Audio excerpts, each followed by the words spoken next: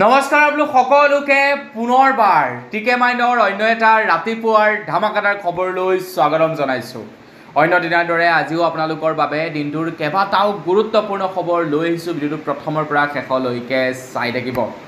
আগবাঢ়িছোঁ আজিৰ প্ৰথম খবৰৰ ফালে। প্ৰথম খবৰটো দিয়াৰ আগতে সকলোকে সৰুকৈ এটা ৰিকুৱেষ্ট, যদি খবৰকেইটা চাই ভাল লাগে লাইক এটা কৰিবলৈ কিন্তু নাপাহৰিব। আগবাঢ়িছোঁ আজিৰ প্ৰথম খবৰটোৰ ফালে। অসমলৈ আহিছিলে ভাৰতৰ প্ৰধানমন্ত্ৰী নৰেন্দ্ৰ মোদী ডাঙৰীয়া। অসমলৈ ভাৰতৰ প্ৰধানমন্ত্ৰী নৰেন্দ্ৰ মোদী ডাঙৰীয়া আহি প্ৰায় 18,000 কোটি টকাৰ আৰ্থিক অনুদান আগবঢ়ায় বুলি ক'ব লাগিব। মানে আমাৰ অসমত প্ৰায় 18,000 কোটি টকাৰ প্ৰকল্পৰ তেখেতে আধাৰশিলা স্থাপন কৰি থৈ যায়। অসম চৰকাৰে জনোৱা অনুসৰি ভাৰতৰ প্ৰধানমন্ত্ৰী নৰেন্দ্ৰ মোদী ডাঙৰীয়া আহি অসমত প্ৰায় 18,500 কোটি টকাৰ প্ৰকল্পৰ আধাৰশিলা স্থাপন কৰি যায়। যেনে Darrang medical college, nursing college, Guwahati ring road, Narengi Kurua সংযোগী দলং, গোলাঘাট প্ৰপেলিন প্ৰকল্প আৰু লগতে ভাৰতৰ প্ৰথমটো জৈৱ তেল শোধনাগাৰ। তো এইসমূহ প্ৰকল্পৰ তেখেতে আধাৰশিলা স্থাপন কৰি যায়। প্ৰায় 18,500 কোটি টকাৰ প্ৰকল্প। তো আপোনালোক যদি বিজেপি পাৰ্টিৰ ছাপোৰ্টাৰ তেন্তে লাইক এটা কৰিবলৈ কিন্তু নাপাহৰিব। আপোনালোকৰ কাৰণে এইটো এটা ব্ৰেকিং নিউজ। আপোনালোকে বিজেপি পাৰ্টিক কিয় ভাল পায় কোনোবাই যদি সোধে, আপোনালোকে এই খবৰটোৰ বিষয়ে ক'ব পাৰিব যে আমি এই কাৰণে বিজেপিক ভাল পাওঁ। গতিকে বিজেপিৰ যদি আপুনি ছাপোৰ্টাৰ লাইক এটা কৰিবলৈ কিন্তু নাপাহৰিব। আগবাঢ়িছোঁ ইয়াৰ পাছৰ খবৰ ফালে। ইয়াৰ পাছৰ খবৰটো ওলাইছে শিৱসাগৰ ডিষ্ট্ৰিক্টৰ পৰা। খবৰ ওলাই পৰিছে শিৱসাগৰ ডিষ্ট্ৰিক্টৰ ONGCৰ তৈলখাদত আকৌ এবাৰ জুই লাগিছে বুলি খবৰ ওলাই পৰিছে। খবৰ অনুসৰি শিৱসাগৰৰ লাইপ্লেঙত ONGCৰ তেলখাদত অগ্নিকাণ্ড। বিতৰ্কিত প্ৰতিষ্ঠান SK পেট্ৰই কাৰ্য সম্পাদন কৰি থকাৰ সময়তে অগ্নিকাণ্ড লাগে বুলি জনাইছে। SK পেট্ৰৰ 135/2 নং ৰিগত সংঘটিত হৈছে অগ্নিকাণ্ড। কিছুদিন পূৰ্বে SK পেট্ৰৰ ৰুদ্ৰসাগৰ তেলখাদত সংঘটিত হৈছিল পেট্ৰল নিৰ্গৰিতৰ ঘটনা। আৰু তাৰ পাছতেই এইবাৰ SK পেট্ৰৰ 35/2 নং ৰিগত অগ্নিকাণ্ড সংঘটিত হৈছে। তো এইটো যি নেকি SK আপোনাৰ প্ৰতিষ্ঠান আছে, তো সেই প্ৰতিষ্ঠানটোক মোৰ মতে কাম দিয়াটোৱে বন্ধ কৰি দিব লাগে। কাৰণ তেওঁলোকৰ ইমানেই খেলি মেলি হয়নে নহয় আপোনালোকে কমেণ্ট ছেকশ্যনত জনাব। আগবাঢ়িছোঁ ইয়াৰ পাছৰটো খবৰ ফালে। আমাৰ অসমত বৃদ্ধি পাইছে প্ৰব্ৰজনকাৰীৰ সংখ্যা, বা আমাৰ ভাৰতবৰ্ষত বৃদ্ধি পাইছে প্ৰব্ৰজনকাৰীৰ সংখ্যা। আৰু সেইসকলক এতিয়া ভাৰত চৰকাৰে নাগৰিকত্ব প্ৰদানো কৰিব। তেওঁলোকক কাৰ অধীনত বা তেওঁলোকক এই কাৰ যি নেকি নতুনকৈ সংশোধন কৰা হৈছে 2024 চনলৈকে, সেই কাৰ সংশোধনী বিল অনুসৰি এতিয়া আমাৰ অসমলৈ অহা বা আমাৰ ভাৰতলৈ অহা প্ৰব্ৰজনকাৰীসকলক এতিয়া নাগৰিকত্ব প্ৰদান কৰা হ'ব। কিন্তু ফ্ৰান্সত এই ইছ্যুটোক লৈয়ে বৰ্তমান সময়ত প্ৰতিবাদ সাব্যস্ত কৰি থকা হৈছে। নেপালৰ পাছতেই এইবাৰ ফ্ৰান্সৰো চৰকাৰ গিৰি যোৱাৰ সম্ভাৱনা আছে। ফ্ৰান্সত এতিয়া প্ৰতিবাদ সাব্যস্ত কৰিছে কাৰণ ফ্ৰান্সত বাঢ়িছে প্ৰব্ৰজনকাৰীৰ সংখ্যা। প্ৰব্ৰজনৰ বিৰোধিতাৰে প্ৰতিবাদ সাব্যস্ত কৰিছে ফ্ৰান্স, আৰু যাৰ ফলত নেকি এতিয়া নেপালৰ দৰে পৰিস্থিতি হ'ব পাৰে ফ্ৰান্সৰ। নেপালত যি নেকি হৈ গ'ল, নেপালত যি নেকি চৰকাৰ খহি গ'ল, ঠিক তেনেকুৱা ধৰণৰ পৰিস্থিতি হয়তো ৰিপ্লে হ'ব পাৰে এতিয়া ফ্ৰান্সত। আৰু ফ্ৰান্সত তেনেকুৱা পৰিস্থিতি হোৱাৰ একমাত্ৰ কাৰণ হৈছে প্ৰব্ৰজনকাৰী। যেনেকৈ নেকি আমাৰ ভাৰতত প্ৰব্ৰজনকাৰীসকলক নাগৰিকত্ব দিয়াৰ ক্ষেত্ৰত উঠি পৰি লাগিছে চৰকাৰে, ঠিক তেনেকুৱা ধৰণৰ ইছ্যু এতিয়া সৃষ্টি হৈছে ফ্ৰান্সত। আৰু যাৰ কাৰণে নেকি ফ্ৰান্সৰ জনসাধাৰণে এই সম্পৰ্কত প্ৰতিবাদ কৰিছে। আৰু প্ৰতিবাদ ইমানেই বেয়া পৰ্যায়লৈকে পাইছেগৈ যে নেপালৰ নিচিনা হয়তো পৰিস্থিতি হ'ব পাৰে। আগবাঢ়িছোঁ ইয়াৰ পাছৰটো খবৰৰ ফালে। দেওবাৰৰ দিনাখন অসমত হয় ভূমিকম্প। অকল অসমেই নহয়, অসমৰ লগতে নাগালেণ্ড, মিজোৰাম, অৰুণাচল প্ৰদেশ, আমাৰ অসমত উৎপত্তি হৈছিলে ভূমিকম্পটি। তাৰ পাছত অসমৰ ওচৰ চুবুৰীয়া যিমানকেইখন নেকি আপোনাৰ ষ্টেট আছিলে, মণিপুৰ, মিজোৰাম, নাগালেণ্ড, গোটেইকেইখনতে ভূমিকম্পই জোকাৰি যায়। আমাৰ অসমৰ ওদালগুৰিত এই ভূমিকম্পৰ উৎপত্তি হৈছিলে, আৰু তাৰ পাছত গোটেইকেইখন ওচৰীয়া ৰাজ্যকেই জোকাৰি যায় এই ভূমিকম্পই। তো যোৱাকালিৰ ভূমিকম্প হোৱাৰ পাছতেই এতিয়া দুৰ্যোগ ব্যৱস্থাপনাৰ তৰফৰ পৰা আপোনালোকলৈ কেইটামান টোল ফ্ৰী নাম্বাৰ জাৰি কৰিছে। অনাগত সময়ত যদি আপোনালোকৰ তেনেকুৱা প্ৰাকৃতিক দুৰ্যোগ হয়, তেনে অৱস্থাত আপোনালোকে জৰুৰীকালীন সেৱাৰ বাবে তেওঁলোকক কণ্টেক্ট কৰিব পাৰিব। নাম্বাৰ কেইটা হৈছে 1079, এটা হৈছে 1070, অন্যটা হৈছে 9401044617। এইকেইটা নম্বৰত আপোনালোকে জৰুৰীকালীনভাৱে যোগাযোগ কৰিব পাৰিব যদিহে জৰুৰীকালীন অৱস্থাৰ সৃষ্টি হয় তেনে অৱস্থাত ঠিক আছে তো এই নাম্বাৰ কেইটা সেভ কৰি ৰাখিব অনাগত সময়ত আপোনালোকক দৰকাৰ হ'ব আগবাইছো ইয়াৰ পাছৰটো খবৰ ফালে ইয়াৰ পাছৰ খবৰটো দিয়াৰ আগতে এইখিনিতে আপোনালোকক এটা প্ৰডাক্টৰ বিষয়ে কৈ থৈ যাওঁ আপোনালোকৰ ঘৰত যদি সৰু ল'ৰা ছোৱালী আছে বা আমাৰ সৰু ল'ৰা ছোৱালীবিলাকক উপহাৰ দিব পৰাকৈ এটা খুব সুন্দৰ প্ৰডাক্ট যিটো খুব কম দামত লাভ কৰা হয় মাত্ৰ 170 টকাত য'ত আপোনালোকে 6খনকৈ এনেকুৱা ধৰণৰ মৰম লগা কিতাপ লাভ কৰিব য'ত আপোনালোকে প্ৰথমখনত লাভ কৰিব A for Apple B for বলৰ গোটেইবিলাক সম্পূৰ্ণ ছবিসহ আপোনালোকে এনে ধৰণৰ লাভ কৰিব দ্বিতীয়তে আপোনালোকে আমি ব্যৱহাৰ কৰা বা আমি খাই থকা ভেজিটেবল সমূহৰ বিষয়ে ল'ৰা ছোৱালীক শিকাব পাৰিব তাৰ পাছতেই চৰাই চিৰিকটিৰ বিষয়ে শিকাবৰ কাৰণে এখন খুব সুন্দৰ কিতাপ আছে এইখন চৰাই চিৰিকটিৰ বাবে শিকাবৰ বাবে তাৰ পাছতেই ফল মূলৰ বাবে শিকাবৰ কাৰণে ল'ৰা ছোৱালী খুব সুন্দৰ এখন কিতাপ পাব তাৰ পাছত আপোনালোকে জীৱ জন্তুৰ বিষয়ে যদি ল'ৰা ছোৱালী শিকাব বিচাৰে তো তাৰ কাৰণে এখন সৰুকৈ মৰম লগা কিতাপ পাব আৰু লগতে 1 2 3 4 শিকাবৰ বাবে এখন কিতাপ লাভ কৰিব সৰ্বমুঠ 6খন কিতাপ আহিব সৰু ল'ৰা ছোৱালীৰ বাবে যদি সৰু ল'ৰা ছোৱালীক পঢ়াব বিচাৰে এই কম্বোটো আপোনালোকে যদি ক্ৰয় কৰিব বিচাৰে মাত্ৰ 170 টকা খৰচা কৰিব লাগে আপোনালোকে ভিডিঅ'ৰ ইয়াতে কৰবাত ক্লিক কৰিলেই সেই প্ৰডাক্টৰ লিংকটো পাব নতুবা ভিডিঅ'ৰ ডেছক্ৰিপশ্যনত প্ৰডাক্টৰ লিংক দিয়া থাকিব মাত্ৰ 170 টকা ঘৰত যদি সৰু ল'ৰা ছোৱালী আছে সৰু ল'ৰা ছোৱালীক যদি গিফ্ট দিম বুলি ভাবিছে এইটো এটা বেষ্ট মানে বেষ্ট উপহাৰ বুলি ক'ব লাগিব গতিকে যাওক এতিয়াই ক্ৰয় কৰক আগবাইছো ইয়াৰ পাছৰটো খবৰ ফালে ৰাতি ভিডিঅ' বনালে এইটো এটা সমস্যা বৰষুণ দি থাকে শব্দবিলাক ওলাই থাকে বৰষুণৰ টোপালৰ আৰু ভিডিঅ' নবনাওঁ বুলি ক'লেও নহ'ব বুলি অকণমান দেৰিকৈ বনাম কাৰণ অকণমান দেৰি কৰি দিলে ৰাতিপুৱা পুৱাবই আপোনাৰ ভিডিঅ' আপলোড কৰাৰ সময় হৈ যাব সেইকাৰণে অকণমান অসুবিধা হয় ৰাতি ভিডিঅ' বনালে আৰু যি কি নহওক আপোনালোকে অকণমান কম্প্ৰমাইজ কৰি দিব ৰাতি বৰষুণ আহি থাকে সচৰাচৰ গতিকে তাৰ কাৰণে খুবেই দুখিত খবৰ ওলাই পৰিছে ইণ্ডিয়া আৰু পাকিস্তানৰ খেলৰ ওপৰত তো যোৱাকালি আছিলে ইণ্ডিয়া আৰু পাকিস্তানৰ মেটচ তো ইণ্ডিয়া আৰু পাকিস্তানৰ মেটছক লৈ যোৱাকালি সকলোৱে প্ৰতিবাদ সাব্যস্ত কৰা দেখিবলৈ পাইছোঁ বহু লোকে ইণ্ডিয়া পাকিস্তানৰ মেটছখন বৰ্জন কৰিছে তো আপোনালোকে বাৰু চালে নে নাই চোৱা কমেণ্ট ছেকশ্যনত জনাব তো গৌৰৱ গগৈয়ে কৈছে যে বৰ্তমান খেলখন যিখন নেকি অনুষ্ঠিত কৰা হৈছে সেই খেলখন নেখেলিলেও হ'লহেঁতেন কিন্তু BCCIয়ে পইচাৰ লোভত এডভাৰটাইজমেণ্টৰ আশাত ইণ্ডিয়া আৰু পাকিস্তানৰ খেলখন হ'বলৈ দিছে তো মোদী ডাঙৰীয়া কটাক্ষ কৰি কয় যে মোদী ডাঙৰীয়া বিশ্বগুৰু বুলি কৈ থাকে গতিকে তেখেতৰ ইমানটো পাৱাৰ নাই নেকি যে এছিয়া কাপৰ পৰা পাকিস্তানক অঁতৰাই ৰাখিবৰ কাৰণে গতিকে যিখন পাকিস্তানে নেকি আমাৰ ভাৰতৰ সৈতে এনেকুৱা এটা বেয়া কাম কৰিলে সেইখন পাকিস্তানৰ সৈতে আকৌ আমাৰ ভাৰতে খেলিবলৈ গৈছে গতিকে প্ৰায় সংখ্যক লোকে ইয়াৰ প্ৰতিবাদ সাব্যস্ত কৰা দেখিবলৈ পালোঁ আগবাইছোঁ ইয়াৰ পাছৰটো খবৰ ফালে যোৱাকালি নুমলীগড় তেল শোধনাগাৰলৈ গৈছিলে আমাৰ ভাৰতৰ প্ৰধানমন্ত্ৰী নৰেন্দ্ৰ মোদী ডাঙৰীয়া তো নুমলীগড় তেল শোধনাগাৰলৈ যোৱাৰ পূৰ্বেই হেনো খবৰ লোৱা অনুসৰি কৃষক মুক্তি সংগ্ৰাম সমিতিৰ কেইবাজনো নেতাক আটক কৰে বুলি খবৰ ওলাই পৰিছে যেনে বিদ্যুৎ শইকীয়াকে ধৰি কেইবাজনো কৃষক মুক্তি সংগ্ৰাম সমিতিৰ নেতাক যোৱাকালি আটক কৰি ৰাখে যেতিয়া পৰ্যন্ত ভাৰতৰ প্ৰধানমন্ত্ৰী নৰেন্দ্ৰ মোদী ডাঙৰীয়া নুমলীগড় তেল শোধনাগাৰৰ পৰা আঁতৰি নগ'ল মানে ভয় খাইছে অসম চৰকাৰে ভয় খাইছে প্ৰশাসনে যে কিজানিবা সেইসকল কৃষক মুক্তি সংগ্ৰাম সমিতিৰ নেতাই প্ৰধানমন্ত্ৰী ডাঙৰীয়াৰ সন্মুখত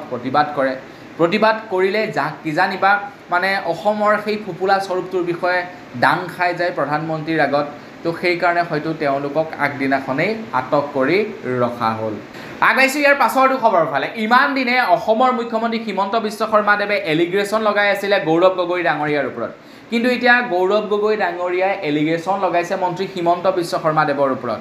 গৌৰৱ গগৈ ডাঙৰীয়াই কৈছে যে মন্ত্ৰী হিমন্ত বিশ্ব শৰ্মাদেৱৰ পৰিয়ালতো হেনো ব্ৰিটিছৰ মানুহ আছে বা বিদেশী মানুহ আছে গতিকে কোনসকল বিদেশী মানুহ সেইটো মুখ্যমন্ত্ৰী ডাঙৰীয়াই নিজেই তেখেতৰ মুখে জনাই দিয়ক বুলি এতিয়া দাবী উত্থাপন জনাইছে গৌৰৱ গগৈ ডাঙৰীয়াই এইটো এটা নতুনকৈ এলিগেশ্যন লগাইছে গৌৰৱ গগৈয়ে মুখ্যমন্ত্ৰী হিমন্ত বিশ্ব শৰ্মাদেৱৰ ওপৰত যোৱাকালি যিহেতু প্ৰধানমন্ত্ৰী ডাঙৰীয়া আহিছিলে সেইবাবে তেখেতে সংবাদ মাধ্যমৰ আগত ইণ্টাৰভিউ দিবৰ বাবে সুবিধা হয়তো নাপালে চাগে কিন্তু অহাকালিলৈ ইয়াৰ প্ৰতিক্ৰিয়া আমি নিশ্চয় দেখিবলৈ পাম আগবাইছোঁ ইয়াৰ পাছৰটো খবৰ ফালে যোৱাকালি নুমলীগড় তেল শোধনাগাৰত এখন সভাৰ আয়োজন কৰা হৈছিলে যিখন সভাত ভাৰতৰ প্ৰধানমন্ত্ৰী নৰেন্দ্ৰ মোদী ডাঙৰীয়া উপস্থিত আছিলে এতিয়া সেই সভাখনলৈ বহুতো মানুহ উপস্থিত হৈছিলে বহুতো মানুহ গৈছিলে সেই সভাখন এটেণ্ড কৰিবৰ কাৰণে তো প্ৰধানমন্ত্ৰী ডাঙৰীয়াই সেই সভাখন ভংগ কৰি যোৱাৰ পাছতেই একাংশ লোকৰ মাজত কাজিয়া লাগে যিসকল লোকে নেকি প্ৰধানমন্ত্ৰী ডাঙৰীয়াৰ সভালৈ আহিছিলে তেওঁলোকক মানে তেওঁলোকে পাব লগা প্ৰাপ্য ধনৰ পৰা 100 টকা আত্মসাৎ কৰিছিলে যিসকল লোকে নেকি আপোনাৰ সেয়া দায়িত্ব লৈছিলে মানে প্ৰধানমন্ত্ৰী ডাঙৰীয়াৰ মিটিঙলৈ মানুহ আনিম বুলি তো তাৰ পাছতেই হাই হুলস্থুল লাগে পৰিৱেশ অকণমান মানে উত্তপ্ত হৈ পৰে কেইবাজনো লোকে হাই হুলস্থুল কৰে কয় আমি দৈনিক হাজিৰা কৰি খোৱা মানুহ তহঁতে আমাক যদি ইয়ালৈ নানিলিহেঁতেন আমি হাজিৰা কৰি থাকিলোহেঁতেন ইয়ালৈ আনিছ গতিকে আমাক প্ৰাপ্য দিব লগা পইচাটো দে যিটো দিম বুলি কৈছিলি সেইটো দে চাওক মানে পইচা দি মিটিঙলৈ মানুহ নিব লাগে এয়া আৰু কেনেকুৱা ধৰণৰ মানে আপোনাৰ জনপ্ৰিয়তা আগবাইছোঁ ইয়াৰ পাছৰটো খবৰ ফালে অসমৰ মুখ্যমন্ত্ৰী ডক্টৰ হিমন্ত বিশ্ব শৰ্মাদেৱে 10 তাৰিখৰ দিনাখন গৌৰৱ গগৈ ডাঙৰীয়াৰ ওপৰত SITৰ ৰিপৰ্ট দাখিল কৰাৰ কথা আছিলে প্ৰেছ কনফাৰেন্সৰ জৰিয়তে মানুহৰ আগত তেখেত যে পাকিস্তানলৈ গৈছিলে সেয়া তেখেতে জনোৱা কথা আছিলে কিন্তু SITৰ ৰিপৰ্ট পোৱাৰ পাছতো তেখেতে সেই তথ্যসমূহ অৱগত নকৰিলে জনসাধাৰণৰ আগত তো তাৰ পাছতেই মন্ত্ৰী হিমন্ত বিশ্ব শৰ্মাদেৱে কৈছে যে BTCৰ নিৰ্বাচন হৈ যাবলৈ দিয়ক তাৰ পাছত সংবাদ মাধ্যমৰ জৰিয়তে অসমবাসীক জনাই দিব যে সেই SITৰ ৰিপৰ্টত কি আছে গৌৰৱ গগৈৰ বিৰুদ্ধে কেনেকুৱা ধৰণৰ তথ্য আছে সেই সম্পৰ্কে বোলে তেখেতে আপোনাৰ জনাই দিব বুলি জনাইছে প্ৰেছ কনফাৰেন্সৰ জৰিয়তে এটা গৌৰৱ গগৈয়ে কৈছে যে আপুনি প্ৰেছ কনফাৰেন্স পাতিব নালাগে এটা ৱেবছাইট খোলক ৱেবছাইট খুলি প্ৰত্যেকটো ৰিপৰ্টছ আপুনি দাঙি দিয়ক সেই ৱেবছাইটটোত গোটেই ৱেবছাইটত আপলোড কৰি দিয়ক সেই ৰিপৰ্টছ অসমৰ প্ৰত্যেকজন ব্যক্তিয়ে পঢ়ি ল'ব কি ভাবে কৰিবনে কেতিয়াও নকৰে যদি কৰে সব তথ্য ওলাই পৰিব ন হয়তো চাগে গৌৰৱ গগৈৰ মানে বিৰুদ্ধে একো তথ্যই পোৱা নাই SITয়ে তো কিভাবে আপোনালোকে কমেন্ট সেকশনত জনাব আগবাইছোঁ ইয়াৰ পাছৰটো খবৰ ফালে অসমলৈ আহি ভাৰতৰ প্ৰধানমন্ত্ৰী নৰেন্দ্ৰ মোদী ডাঙৰীয়াদেৱে ঘোষণা কৰিছে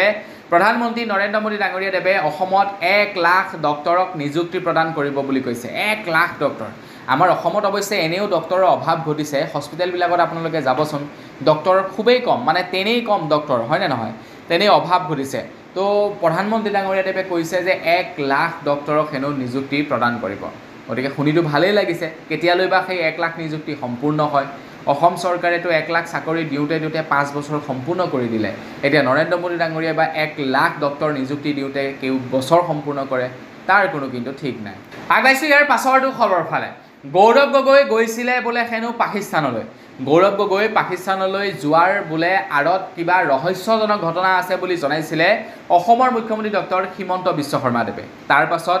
SIT ৰিপৰ্ট দাখিল কৰিবৰ কাৰণে দায়িত্ব অৰ্পণ কৰিলে অসম চৰকাৰে যে তোমালোকে ইয়াৰ ওপৰত তথ্য যুগুত কৰা তেখেতে কিয় গৈছিলে তেখেতৰ সৈতে পাকিস্তানৰ কি সম্পৰ্ক আছে কেইবাৰ গৈছে সেই সম্পৰ্কে তথ্য যুগুত কৰিবৰ কাৰণে SITক হেয়া দায়িত্ব অৰ্পণ কৰিছিলে SITয়ে তথ্যসমূহ দাঙি ধৰিলে অসম চৰকাৰক আৰু এতিয়া পৰ্যন্ত কিন্তু গৌৰৱ গগৈৰ ওপৰত একো একশ্যন লোৱা নাই এটা গৌৰৱ গগৈয়ে কৈছে যে আপোনালোকৰ যদি হিম্মত আছে গোটেই তথ্যসমূহ এটা ৱেবছাইটত আপলোড কৰি দিয়ক আমি বিচাৰো অসমৰ প্ৰত্যেকজন ব্যক্তিয়ে গৌৰৱ গগৈৰ বিৰুদ্ধে জনাটো গৌৰৱ গগৈয়ে নিজেই মানে হেয়া কৈছে যে মোৰ বিৰুদ্ধে যিবিলাক তথ্য আছে আপুনি এটা ৱেবছাইটত সেইবোৰ দাঙি ধৰক গোটেই অসমৰ মানুহে চাওক এটা গৌৰৱ গগৈয়ে কৈছে যে SITৰ যিনকি তদন্ত আছিলে সেই তদন্তত জেৰা কৰিব লাগিছিলে গৌৰৱ গগৈক কিন্তু গৌৰৱ গগৈক এদিনো বোলে জেৰা নকৰিলে তেখেতৰ পত্নীক মাত্ৰ এবাৰ জেৰা কৰিছিলে তেখেতক এবাৰো জেৰা নকৰিলে বুলি জনাইছে গতিকে SITয়ে কেনেকৈ ৰিপৰ্ট মানে বনালে ইয়াক লৈ এতিয়া মানে তেখেত চিন্তিত হৈ আছে কাৰণ যিজনৰ বিৰুদ্ধে ৰিপৰ্টছ বনাইছে তেখেতক এবাৰ হলো জেৰা কৰিব লাগিছিলে এবাৰো হেনো SITয়ে জেৰা কৰা নাই তেখেতৰ পত্নীকহে কেৱল দিল্লীৰ বাসগৃহত এবাৰ বোলে জেৰা কৰিছিল আগবাইছোঁ ইয়াৰ পাছৰ খবৰ ফালে আপোনালোকে বাৰু খান ছাৰক চিনি পায় নে নাপায় কমেন্ট সেকশনত জনাব খান ছাৰ এনেকুৱা এজন ব্যক্তি বা এনেকুৱা এজন মুছলমান যিজন মুছলমানক নেকি কোনো হিন্দুৱে বেয়া নাপায় আৰু তাৰ পাছতে প্ৰেমানন্দ গোবিন্দ এজন মহাৰাজ আছে যিজন নেকি এনেকুৱা এজন হিন্দু মানুহ এনেকুৱা এজন সনাতনী মানুহ যিজনক নেকি এজনো মুছলমানহে বেয়া নাপায় আমাৰ ভাৰতবৰ্ষত এই দুজন ব্যক্তিয়ে মাত্ৰ আছে যি দুজন ব্যক্তিক নেকি বিপৰীত জাতিৰ মানুহে কেতিয়াও বেয়া নাপায় খান ছাৰক হিন্দু মানুহে ভাল পায় আৰু অন্যহাতে প্ৰেমানন্দ গোবিন্দ দেৱক মুছলমান মানুহে ভাল পায় আৰু মানুহৰ জীৱনত মোৰ মতে এইটোৱে লাগে এইটোৱে একোটা সাকসেস এইটোৱে একোটা সফলতা এতিয়া খান ছাৰে এখন হস্পিটেল নিৰ্মাণ কৰিছে যিখন হস্পিটেলত নেকি অত্যাধুনিক চিকিৎসা আপোনালোকে লাভ কৰিব য'ত নেকি এক টকাও খৰচা নকৰাকৈ চিকিৎসা কৰি আহিব পাৰিব ৰোগীসকলে এতিয়া খান ছাৰে কৈছে যে সেই হস্পিটেলখনলৈ বহু কোটি টকা খৰচা কৰি বিভিন্ন প্ৰকাৰৰ ইকুইপমেন্ট অনা হৈছে তো তাৰ কাৰণে যথেষ্ট টকা খৰচা হৈছে এতিয়া খবৰ ওলোৱা অনুসৰি ইৰফান পাঠানে 4খনকৈ এম্বুলেন্স আগবঢ়াইছে খানচাৰৰ মেডিকেলখনলৈ 4খনকৈ এম্বুলেন্স আগবঢ়াইছে এতিয়া একেবাৰে যে বিনামূলীয়া চিকিৎসা কৰিব তেনেকুৱা নহয় কিছু মিনিমাম ধৰি লওক ফিজটো ল'বই লাগিব কাৰণ তেখেতৰ মেইনটেনেন্সৰ খৰচা আছে ডক্টৰৰ খৰচা আছে অলপমান কিবাটো ল'বই কিন্তু সেই আৰু ডাঙৰ হস্পিটেলত যি নেকি খৰচা হয় সেই তেনেকুৱা খৰচা কিন্তু নহ'ব খানচাৰৰ মেডিকেলত আগবাইছোঁ ইয়াৰ পাছৰটো খবৰ ফালে যোৱাকালি ভূমিকম্প হৈছিলে তো ভূমিকম্পৰ সাংঘাতিককৈ জোকাৰিছিলে 5.9 ৰিক্টাৰ স্কেল নে 5.6 ৰিক্টাৰ স্কেল আছিলে কিবা আৰু ভূমিকম্পৰ উৎপত্তি আমাৰ অসমে আছিলে তো খবৰ ওলাই পৰিছে যে যোৱাকালি যি নেকি ভূমিকম্প আহিছিলে সেই ভূমিকম্পৰ সময়ত আদিত্য হস্পিটেলৰ নগাঁৱৰ আদিত্য হস্পিটেলৰ দুগৰাকী নাৰ্ছে তেখেতলোকৰ জীৱন বচোৱাৰ পৰিৱৰ্তে আদিত্যৰ ICUত যি নেকি কণমানি শিশু আছিলে তেওঁলোকক ৰক্ষণাবেক্ষণ দিয়াৰ ক্ষেত্ৰত তেওঁলোকে কাম কৰা দেখিবলৈ পোৱা গৈছে CC কেমেৰাত এয়া বন্দী হৈছে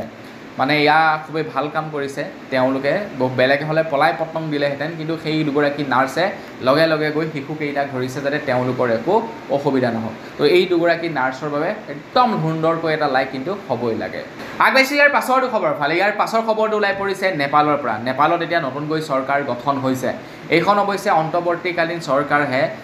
ইয়াৰ পাছত হয়তো আকৌ সলনি হ'ব পাৰে এতিয়া খবৰ ওলাই পৰিছে যে প্ৰধানমন্ত্ৰীৰ দায়িত্ব গ্ৰহণ কৰিয়ে ডাঙৰ ঘোষণা কৰিছে সুশীলা কাৰ্কিয়ে তেখেতে কৈছে যে জেনজিৰ আন্দোলনত যিসকল লোকৰ মৃত্যু হৈছে তেওঁলোকক শ্বহীদ ঘোষণা কৰা হ'ব আৰু তেওঁলোকৰ ফেমিলিলৈ 10 লাখ টকাকৈ আগবঢ়াব বুলি জনাইছে নেপালৰ নতুন প্ৰধানমন্ত্ৰীয়ে তো নেপালত পুৰণা যিমানবিলাক মন্ত্ৰী MLA আছিলে সব পলাই পত্ৰং দিলে নেপালত সেই পুৰণা মন্ত্ৰী MLA সমূহ নাই আৰু এতিয়া নতুনকৈ এতিয়া মন্ত্ৰী পৰিষদ গঠন হ'ব নতুনকৈ প্ৰধানমন্ত্ৰী হৈছে নতুনকৈ ৰাষ্ট্ৰপতি হ'ব নতুনকৈ মুখ্যমন্ত্ৰী হ'ব তাৰ পাছতে দেশখন সমতলকৈ চলিব কিন্তু তাৰ পাছতেই মানে খবৰ ওলাই পৰিছে যে যিগৰাকীয়ে নেকি প্ৰধানমন্ত্ৰীৰ দায়িত্ব অৰ্পণ কৰিছে লৈছে তেখেতে 10 লাখ টকাকৈ আগবঢ়াইছে যিসকল ফেমিলিৰ কোনো সদস্যৰ মৃত্যু হৈছিল আগবাইছোঁ ইয়াৰ পাছৰটো খবৰ ফালে ইয়াৰ পাছৰ খবৰটো ওলাই পৰিছে যোৰহাটৰ পৰা যোৰহাটত এতিয়া প্ৰায় 4টাকৈ ফেমিলিক এঘৰীয়া কৰিছে এখন গাঁৱৰ মানুহে আৰু এঘৰীয়া কৰাৰ কাৰণ শুনিলে আপোনালোকে আচৰিত হ'ব সেই 4 ঘৰ মানুহে তেওঁলোকৰ পৰিয়ালৰে এগৰাকী ছোৱালী যিটো ফেমিলিলৈ বিয়া দিছিলে সেই ফেমিলিটোৰ এঘৰ মানুহত বিয়া খাবলৈ গৈছিলে আৰু যাৰ বাবে নেকি সেই 4টা ফেমিলিক এতিয়া এঘৰীয়া কৰি দিছে সমাজে আঁঠুলৈ সেৱা কৰিছে ক্ষমা খুজিছে কিন্তু তাৰ পাছতো তেওঁলোকক এঘৰীয়া কৰি ৰাখিছে কি ক'ব আপোনালোকে এনেকুৱা গাঁওবাসীক কি ক'ব আপোনালোকে সেইসকল সমাজৰ মানুহক কমেণ্ট ছেকশ্যনত জনাব মই ক'লেতো বেয়াকৈ কৈ দিম তো আপোনালোকে কি ক'ব কমেণ্ট ছেকশ্যনত জনাবলৈ কিন্তু নাপাহৰিব আগবাইছোঁ ইয়াৰ পাছৰটো খবৰ ফালে ইয়াৰ পাছৰ খবৰটো ওলাইছে যোৱাকালি হৈ যোৱা ভূমিকম্পৰ ওপৰতেই তো যোৱাকালি যি নেকি ভূমিকম্প হৈ গ'ল সেই ভূমিকম্পত তেজপুৰত এগৰাকী মহিলাৰ হাৰ্ট এটেকত মৃত্যু হয় বুলি খবৰ ওলাই পৰিছে খবৰ লোৱা অনুসৰি ভূমিকম্পৰ ফলত তেজপুৰৰ এগৰাকী মহিলাৰ মৃত্যু হৃদক্ৰিয়া বন্ধ হৈ পৰাৰ ফলত মৃত্যু মহিলাগৰাকীৰ মৃত মহিলাগৰাকীৰ নাম হৈছে ইয়াছমিন খান তো ইয়াছমিন খান নামৰ মহিলাগৰাকীৰ যোৱাকালিৰ মৃত্যু হয় তেজপুৰত ভূমিকম্পৰ ফলতে মানে তেখেতে হাৰ্ট এটেকত মৃত্যু হৈ পৰে আগবাইছোঁ ইয়াৰ পাছৰটো খবৰ ফালে ইয়াৰ পাছৰ খবৰটো ওলাইছে নুমলীগড় তেল শোধনাগাৰৰ ওপৰত তো নুমলীগড়ৰ তেল শোধনাগাৰ এতিয়া সম্প্ৰসাৰণ কৰা হ'ব মানে ডাঙৰ কৰা হ'ব বৰ্তমান সময়ত প্ৰত্যেক বছৰে নুমলীগড় তেল শোধনাগাৰে 3 মেট্ৰিক টন আপোনাৰ ৰিফাইন কৰিব পাৰে অইল কিন্তু এই ৰিফাইনেৰীটো ডাঙৰ কৰাৰ পাছতেই 9 মেট্ৰিক টন হ'বগৈ বুলি জনাইছে মানে 9 মেট্ৰিক টন তেল শোধন কৰিব পাৰিব নুমলীগড়ৰ তেল শোধনাগাৰে আৰু যোৱাকালি ভাৰতৰ প্ৰধানমন্ত্ৰী নৰেন্দ্ৰ মোদী ডাঙৰীয়াদেৱে সেই তেল শোধনাগাৰৰ শুভাৰম্ভণিও কৰে মানে আধাৰশিলাও স্থাপন কৰে আৰু খুব সোনকালেই নুমলীগড় তেল শোধনাগাৰ সম্প্ৰসাৰণ কৰা হ'ব এই টকাসমূহ কিন্তু কেন্দ্ৰই দিয়া নাই আকৌ এয়া অসম চৰকাৰে লোৱা পদক্ষেপ কেৱল মানে কেন্দ্ৰৰ পৰা প্ৰধানমন্ত্ৰী ডাঙৰীয়া আহি সেইবিলাক আধাৰশিলা স্থাপন কৰিছে এনেও প্ৰধানমন্ত্ৰী ডাঙৰীয়াৰ মানে ক্ৰেডিট লোৱাৰ অভ্যাস আছে আগবাইছোঁ একেবাৰে শেষৰটো খবৰ ফালে একেবাৰে শেষৰ খবৰটো ওলাই পৰিছে দৰঙৰ পৰা তো যোৱাকালি দৰঙত আধাৰশিলা স্থাপন কৰে দৰং চিকিৎসা মহাবিদ্যালয় তো যোৱাকালি সেয়া কিন্তু আপোনাৰ আধাৰশিলা স্থাপন কৰিছে কেতিয়া সম্পূৰ্ণ হয় নাজানো কিন্তু দৰঙৰ চিকিৎসা মহাবিদ্যালয় আধাৰশিলা স্থাপন কৰিছে তো এনেকৈ যদি চলি থাকে আমাৰ অসমৰ প্ৰত্যেকখন ডিষ্ট্ৰিক্টে এসময়ত গৈ মেডিকেল কলেজ হ'ব যাৰ ফলত নেকি অসমৰ ল'ৰা ছোৱালীবিলাকৰে সুবিধা হ'ব অসমৰ ল'ৰা ছোৱালীবিলাকে নিজৰ ডিষ্ট্ৰিক্টতে পঢ়িব পাৰিব তো তাৰ কাৰণে কিন্তু সুন্দৰকৈ লাইক এটা কৰি থৈ যাব তো বন্ধু বান্ধৱীসকল বছ আজিৰ ভিডিঅ'ত জনাবলগীয়া খবৰ ইমানকেইটাই আছিলে খবৰকেইটা জানি আপোনালোকৰ কেনে লাগিলে কমেণ্ট ছেকশ্যনত জনাব যদি ভাল লাগিলে লাইক এটা কৰিব, চেনেল যদি ছাবস্ক্ৰাইব কৰা নাই ছাবস্ক্ৰাইবটো কৰি ল'ব। পুনৰ টাইমত লগ কৰা হ'লে বিদায় মাগিছোঁ, ধন্যবাদ, জয় অসম।